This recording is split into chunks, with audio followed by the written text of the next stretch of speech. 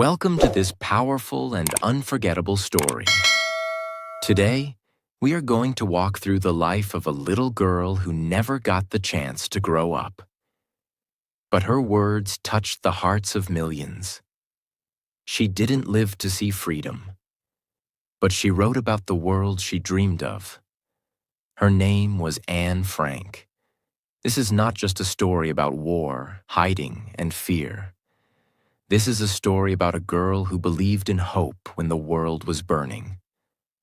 About a girl who used a diary to stay alive in her heart, even when everything outside was trying to kill her. You will see how a young girl's words became more powerful than any weapon. You will learn how one voice, even in silence, can echo across history. And yes, this video is also great for your English learning, because it is written in very simple English, and every line is clear, emotional, and powerful. So you will feel the story in your heart, and you will improve your English at the same time. So now, let's begin the story of Anne Frank. Part 1. The Girl Before the Diary. Anne Frank was born on June 12, 1929, in Frankfurt, Germany. She was just like any other girl. She loved to laugh, she loved to talk, and she was always curious. Her full name was Anneliese Marie Frank. People called her Anne, pronounced An. She had an older sister named Margot and parents named Otto and Edith Frank. Her family was Jewish, but they were not strict about religion. They were modern. They believed in education, kindness, and community. Her father, Otto Frank, was a businessman. He had served in World War I and was very respectful and gentle. Anne loved her father deeply, and you'll see why later in the story. Her mother, Edith, was quiet, proper, and deeply loving, though Anne often had a difficult relationship with her. Anne and Margot were different. Margot was calm, serious, and always polite. Anne was energetic, talkative, and always asking questions. She was very smart. She was always top of her class in school, especially in writing. Even at a young age, her teachers said she had a gift with words. She wanted to become a writer, or a movie star, or both. But something dark was growing in Germany. In 1933, when Anne was just 4 years old, Adolf Hitler became the leader of Germany, and everything changed. Hitler hated Jewish people. He blamed them for Germany's problems after World War I. His party, the Nazis, began passing dangerous laws to take away rights from Jewish people. They were not allowed to go to certain schools. They couldn't own businesses. They were treated like enemies in their own country. Anne's family felt the danger early. Her father, Otto, was smart. He knew what could happen. So, in 1934, they moved to Amsterdam, in the Netherlands. They thought they would be safe there. Anne was just 5 years old when they left Germany. She had to leave her home, her friends, and everything she knew. But in Amsterdam, Anne started to build a new life. In Amsterdam, the Frank family felt free again, for a little while. Otto started a business called Opekta, which sold ingredients for making jam. They lived in a peaceful neighborhood and sent Anne and Margot to good schools. Anne made many friends. She was always smiling, always chatting, and full of energy. She loved books, movies, boys, and jokes. Her teachers said, "She talks too much, but she's bright." Anne knew she was different. She didn't want a normal life. She wanted adventure and freedom. She kept a notebook where she wrote short stories. She wrote letters to imaginary friends. She loved to imagine a better world. Her dream was to become a famous writer. But behind the scenes, the world was changing again. The Nazis were moving across Europe. And in 1940, Germany invaded the Netherlands. Now Anne was 11 years old. The Germans took control of the Netherlands. And very slowly, life for Jews became dangerous again. New rules started coming. Jewish children were forced to leave their schools. Jewish families had to register and wear a yellow Star of David on their clothes. Jewish people were banned from parks, libraries, and cinemas. They were no longer safe. Anne and Margot had to say goodbye to their non-Jewish friends. Anne's world became smaller every month. Otto tried to protect his family, but the walls were closing in. They had one choice: hide. And then, something happened that forced them to act fast. On July 5th, 1942, Anne's sister Margot received a letter. It was a call-up notice. The Nazis wanted her to report for a work camp. But everyone knew what that meant. They weren't sending Jews to work. They were sending them to death camps. Otto looked at the paper. Then he looked at his wife and daughters, and he said just one thing: "We go into hiding, now." The family packed their bags that night.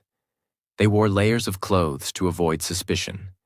They left behind their cat, their furniture, and their neighbors. And the next morning, July 6th, 1942, the Frank family disappeared.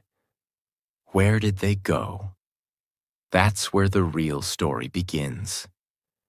Because inside that hiding place, Anne would write the words that would survive forever. Part 2. The Secret Annex. Life in Hiding. On July 6th, 1942, just one day after Margot got the letter from the Nazis, the Frank family vanished from the outside world. But they didn't go far. Otto Frank had been preparing a hiding place for months, just in case this day would come. It was inside the building where his business was located, at 263 Prinsengracht, Amsterdam. Behind a swinging bookcase hidden from the world, there was a secret apartment. This small and dark space became their new home. It was called the Secret Annex. The annex was not a full house. It was a few small rooms with no sunlight, no space, and no way out. And they would have to live there in total silence. For years. Anne was 13 years old when she entered the annex. She had just received a birthday gift a few weeks earlier. A diary. It was red and white checkered, and she called it Kitty. From this day forward, she would write in it almost every day. That diary would one day tell the world the truth. The secret annex had more than just the Frank family. 1 week after they moved in, another family joined them. The Van Pels. Herman Van Pels. He had worked with Otto. Auguste Van Pels, his wife, who often argued with Anne's mother. Peter Van Pels, their 16-year-old son. Quiet, shy, and unsure.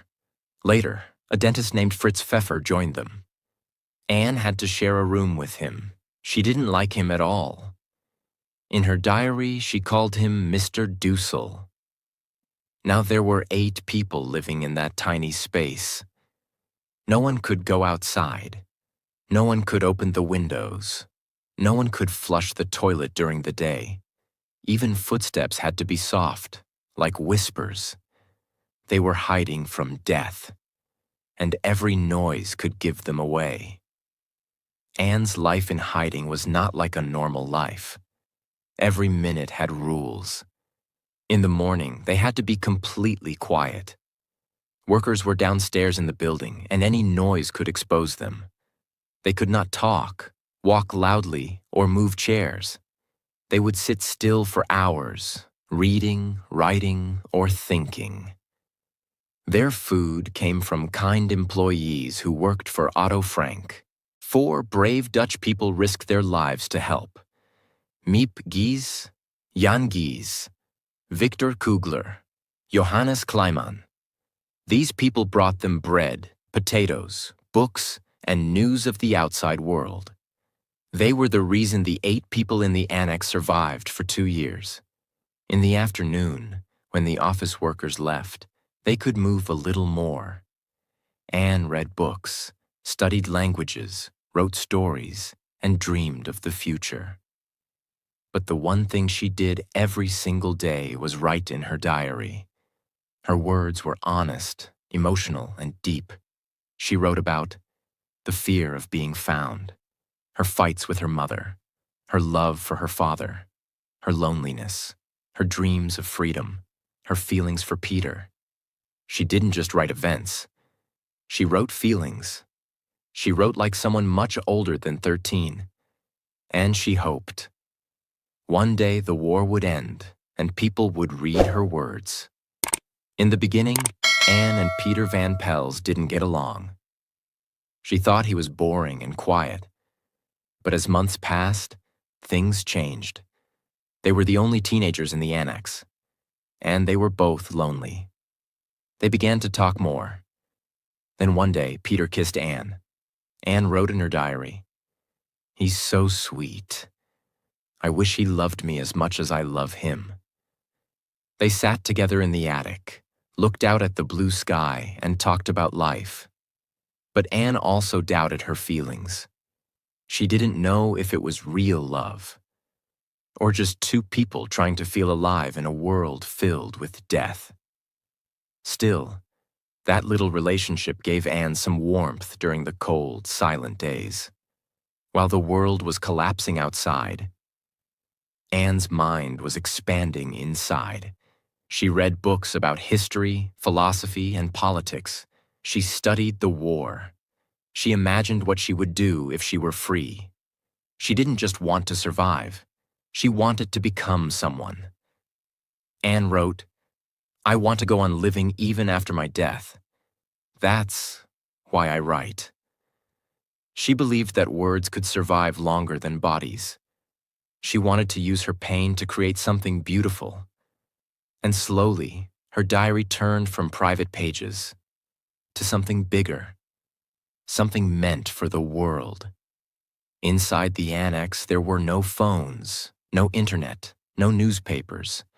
But Otto and the others used a small radio to listen to secret updates. They heard the Nazis were taking more Jews to concentration camps. Bombs were falling across Europe. The Allies, USA, UK, Soviet Union, were fighting back. Sometimes Anne heard good news, and she'd feel hopeful. But other times, she'd hear that friends had been taken away, never to return. Her heart broke again and again. But she never stopped believing that peace would come. In 1944, a Dutch government minister who escaped to London made a radio broadcast. He said that after the war, people should collect letters and diaries from those who lived through it. Anne heard this on the radio, and something inside her changed. She decided to rewrite her diary, to polish it, to turn it into a real book. She gave it a title, The Secret Annex. She wanted people to know the truth, not just about her, but about all the people who were suffering in silence. She worked every day, editing, rewriting, and dreaming of the day the world would read her words. But just when it seemed the end of the war was near, something terrible happened. On August 4th, 1944, after more than 2 years in hiding, the door to the secret annex was broken down. A man named Karl Silberbauer, a Nazi officer, found them. No one knows exactly how, but someone had betrayed them. Some believe it was a neighbor. Others think it was someone in the building. To this day, no one knows for sure. The 8 people were arrested. The helpers were arrested too, but later released. Anne's diary was left behind on the floor. But Miep Gies found it, and she hid it, hoping to return it to Anne after the war. But that moment would never come. Anne Frank, Margot, Otto, Edith, Peter, the Van Pels, and Mr. Pfeffer were all taken away. Their long silence was over. Now they would face something even worse. The concentration camps. Part 3. The camps, a race against death. Anne was just 15 years old. She had lived in silence for over 2 years. She had not seen trees, or sky, or stars. But she had dreamed of freedom, believed in hope, and written her heart into pages. And then, in just a few minutes, all of it was gone. That day, Nazi officers stormed the secret annex. They found Anne, Margot, her parents, Peter, his parents, and Mr. Pfeffer. They arrested them like criminals. The people who had helped them, Miep Gies and the others, were also taken, but released later. Anne stood there, terrified, her body shaking. Her diary was on the floor. Her life, the one she had shared in pages, stayed behind. She didn't know it yet, but that diary would survive. She wouldn't. After the arrest, the 8 people were taken to Westerbork, a temporary prison camp in the Netherlands. It wasn't yet the worst place, but it was still horrible. Overcrowded rooms, no privacy, loud, angry guards, food that was dirty and cold, showers with cold water, constant fear of being sent east. East meant Auschwitz, and everyone knew what that meant. Death. At Westerbork, Anne and the others were called criminals because they hid from the Nazis. So they were given the hardest jobs. Anne had to carry heavy stones. Margot had to move wet mattresses filled with lice. The rooms were filled with rats and bugs. Every day was loud, dirty, and hopeless. But Anne didn't give up. She still had dreams. She believed the war would end soon. They stayed in Westerbork for about a month. Then, their names were put on the list for transport. It was the last list anyone wanted to be on. On September 3rd, 1944, Anne and the others were forced onto a cattle train, packed with over 1,000 people. There were no seats, no food, no air, no light, just screaming, crying, praying, and silence. They traveled for 3 days. No one knew where they were going. Children fainted. Old people died. People stood for hours without moving. Anne held Margot's hand. Edith whispered to her daughters. Otto stayed calm, trying to protect everyone with his presence. Finally, the train stopped. The doors opened, and they arrived at Auschwitz. Auschwitz was not a prison. It was a factory of death. It had gas chambers, crematoriums where bodies were burned, watchtowers, and fences of electricity. Anne and the others stood on the platform.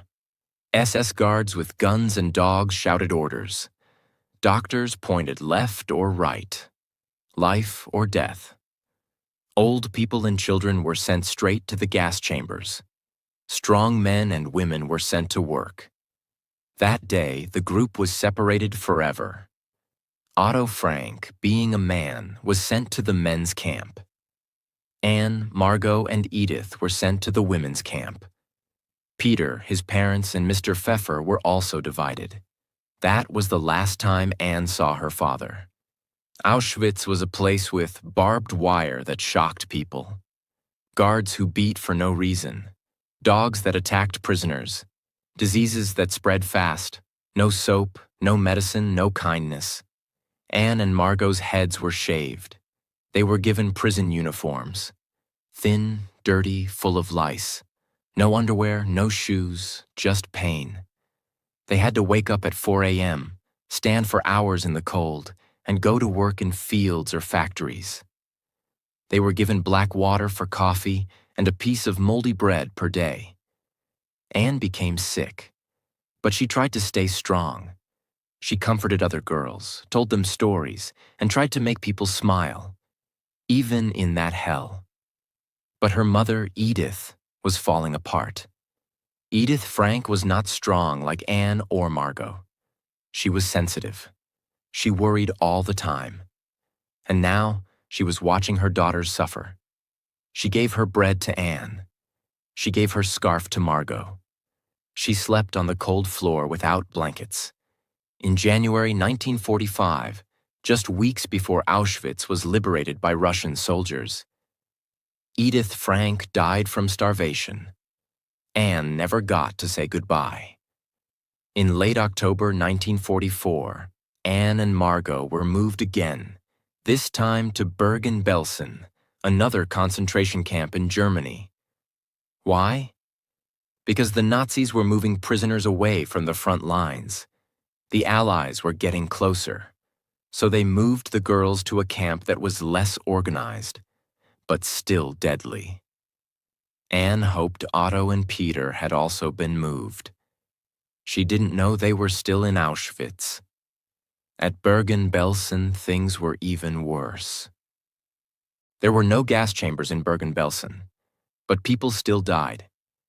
Every hour, every day. The camp was filled with filth, freezing cold, no water, no toilets, diseases like typhus. There were thousands of bodies lying around, unburied. People died on the floor, and no one came to help. Anne and Margot were covered in lice. They had no strength left to eat. They were cold, shaking, and too weak to cry. Still, Anne tried to give hope to Margot. But then, one day, Margot fell from her bed in the barracks. She couldn't get up. She died from exhaustion and sickness. Anne saw it happen, and after that, she gave up too. After Margot died, Anne had nothing left. She was alone. She was sick. She had no idea the war would end just weeks later.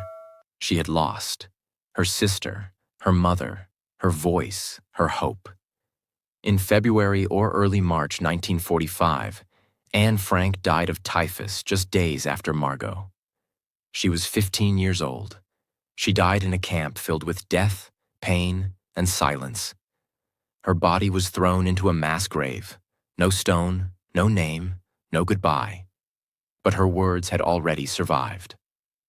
The war ended in May 1945. The camps were liberated. The Nazis were defeated. But only one person from the secret annex came back: Otto Frank. He returned to Amsterdam alone. He waited for news of his wife, his daughters, his friends. But slowly, the truth came. They were all dead. Then, one day, Miep Gies came to Otto. She handed him a small bundle of papers. It was Anne's diary. She had saved it from the annex floor the day they were arrested. Otto began to read it, and for the first time, he saw who his daughter truly was. Part 4. The Diary That Changed the World. Anne Frank's Forever Voice. After the war ended in May 1945, Europe was silent in a strange way. The bombs had stopped, the camps were opened, but families were broken forever. Otto Frank returned to Amsterdam alone. He waited. Every day he hoped to hear good news. Maybe Edith survived. Maybe Anne and Margot were alive. But slowly, letter by letter, name by name, hope disappeared. First he learned about Edith's death, then Margot, and finally, Anne. Otto was completely broken. He had lost his wife. He had lost both daughters. He had lost everything. Then one day, Miep Gies came to him.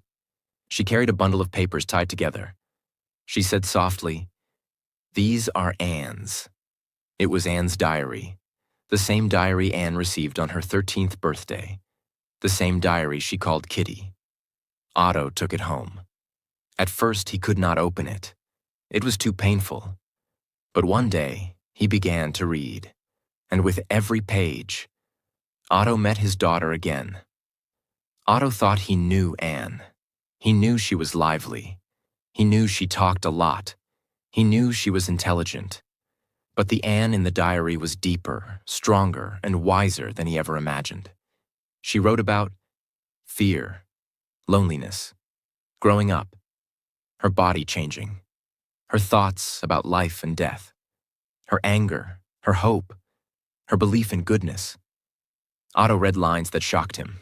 Anne had written, "In spite of everything, I still believe that people are really good at heart." Otto cried. He realized something powerful. Anne did not just write a diary. She wrote a message to humanity.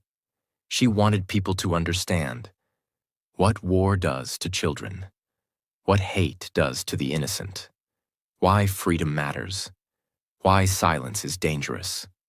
Otto knew then, the world must read this. Otto Frank decided to fulfill Anne's dream. Anne had written in her diary that she wanted to be a writer. She wanted her words to live after her death. So Otto began the difficult work of editing her diary. He carefully prepared it for publication. He removed some very personal parts. He combined different versions Anne had written. He stayed true to Anne's voice. In 1947, the diary was published in Dutch. The title was The Diary of a Young Girl. At first, only a few people read it, but those who did, they could not forget it. Slowly, the diary spread across the world. It was translated into English, French, German, Spanish, and many more languages. Eventually, it was translated into more than 70 languages. Millions of people read Anne's words. Children read it in schools. Adults read it and cried. Survivors felt seen. The world listened. Anne Frank became one of the most important voices of the Holocaust. Not because she was famous, but because she was honest. She was not a hero with a weapon. She was a girl with a pen. And her pen was stronger than hate. The building at 263 Prinsengracht still stood. The hiding place was still there. People wanted to see it, to feel the silence, to understand how 8 people lived for 2 years without freedom. So it became the Anne Frank House Museum. Today, people walk through the rooms.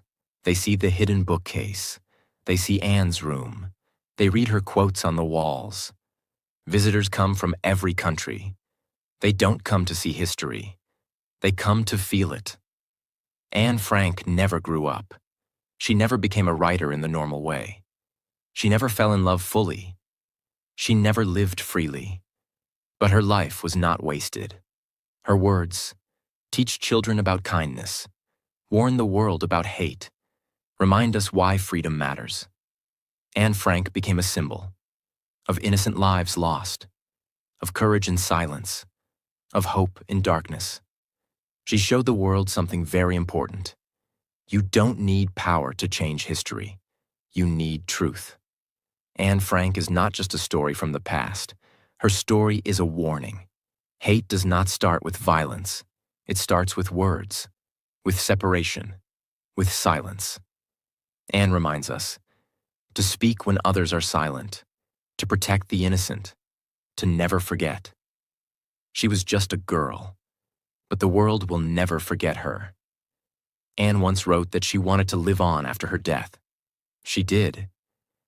Every time someone opens her diary, Anne Frank lives again. Every time someone learns kindness instead of hate, Anne Frank wins. Her body was destroyed, but her voice survived. And it always will. 7 life-changing lessons from the story of Anne Frank. 1. Your voice is powerful. Even in silence. Anne was only a teenager. She had no freedom, no platform, no stage, but she had a pen. And that pen told the truth. Honestly, fearlessly. Even when the world tried to silence her, her words lived on. Lesson: you don't need to be famous to be heard. Write, speak, share, even if you're scared. 2. Kindness can exist even in darkness. The people who helped the Frank family, Miep Gies and the others, risked their lives to hide them. They didn't do it for money. They did it because it was right.